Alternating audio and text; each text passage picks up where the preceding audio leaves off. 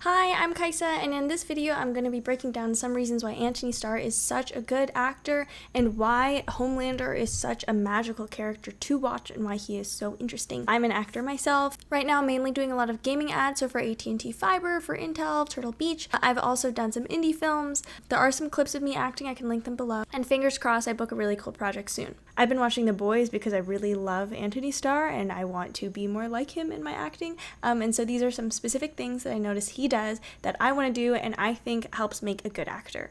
I just have one question, if that's okay. Yeah. Yeah? Yeah. All right. So, what happens if, I don't know, I do this?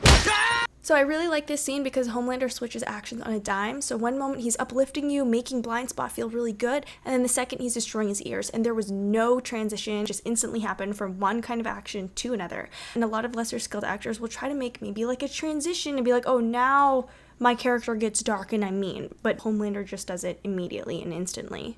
Ashley! Look at me! This one might sound obvious, but it's surprisingly not. Sending a strong action. So I believe Homelander is really trying to make Ashley look at him.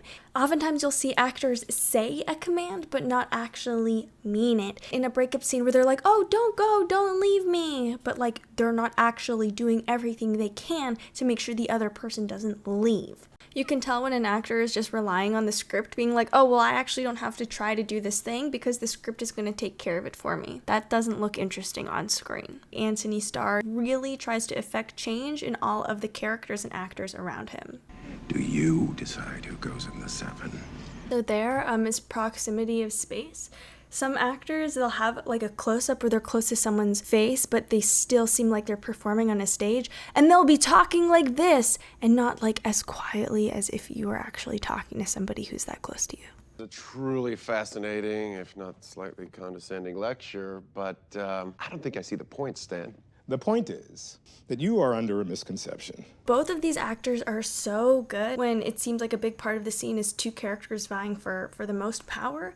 The one who loses their cool first loses the fight. It's a lot more scary and powerful when instead of being like, oh, you want to quit? Okay, I'll fire you, you suck. Versus just being like, you think you can quit? If someone really has power, then they sit back, they step back, they let other people come to them, kind of thing. And you can see both characters really trying to work hard to do that in this scene. Of America!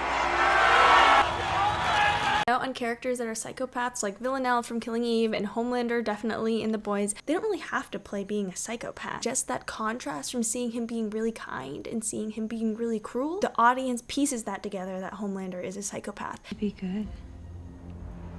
And you have to listen to me.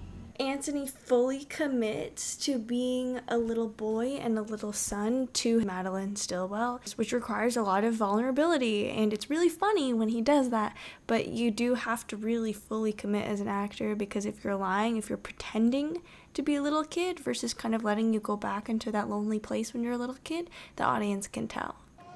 And I baptize you in the name of the Father, the Son, and the Holy Spirit. You can see in Homelander's eyes that it looks like he wants to kill Huey. And so having that subtext, having those thoughts and those feelings underneath what the character is actually doing is super important and adds so many layers. I think the main magic of Homelander is that you never know what he's going to do next. So if you're like roughhousing with the dog, you know how they're really still, but they're aware of everything going around them and they could move in any direction in a split second.